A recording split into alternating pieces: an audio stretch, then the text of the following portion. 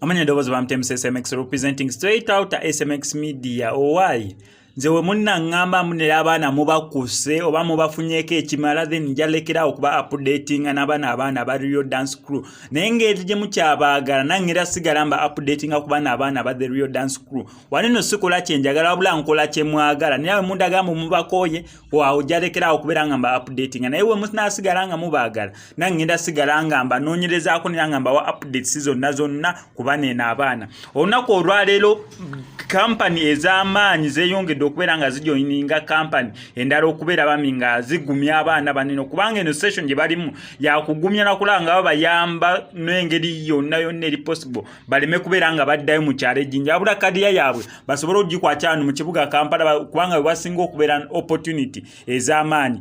Jumia tugimanyi bulungi nnyo mbu app y'amaanyi ngiyite app ngiyite company byonna bigendera wamu kubanga company yakola app. So Jumia evuddeyo olunaku olwaleero mubamanyi nnyo mu kudelivaringa ebintu byonna kyobeera batumye bo bakatumwa kyobatuma nga baleeta you pay on delivery. Olunaku olwaleero bambi basazeeko banene abaana neera ne babawoleetera ebintu bingi nnyo nga mubiraba mu box mu ezo box mbaddemu ebintu nga deodorant ne babaleetera amasimu amalala abajumia banene ne babaleetera engoye. So ebintu ebisobola babeezaawo mu bulamu obwa bulijjo Jumia app gye baleetedde nabo ne beegatta ku company endala nga onolaba KFC waliwo company yasooka okubawa amasimu waliwo ababawa deodorant waliwo nako kakiripo weda kemulaba oyo musawo yasalawo okubeera nga abajjanjaba amannyo n'agakolako bulungi. So ekirungi ekiriwo kiri nti buli omu asobodde okubeera nga contributinga kyasobola okuyamba abaana baneeno mu layini ye.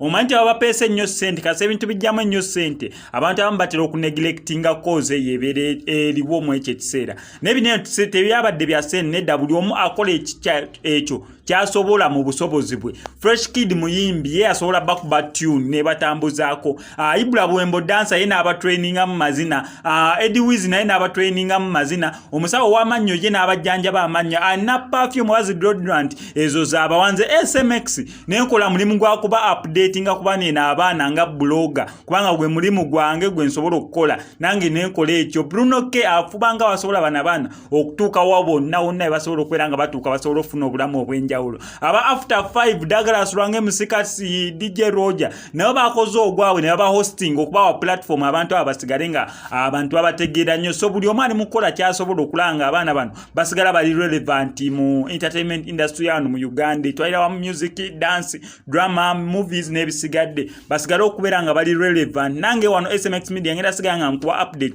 kwezikwata ku baana abaana aba The Real Dance Crew.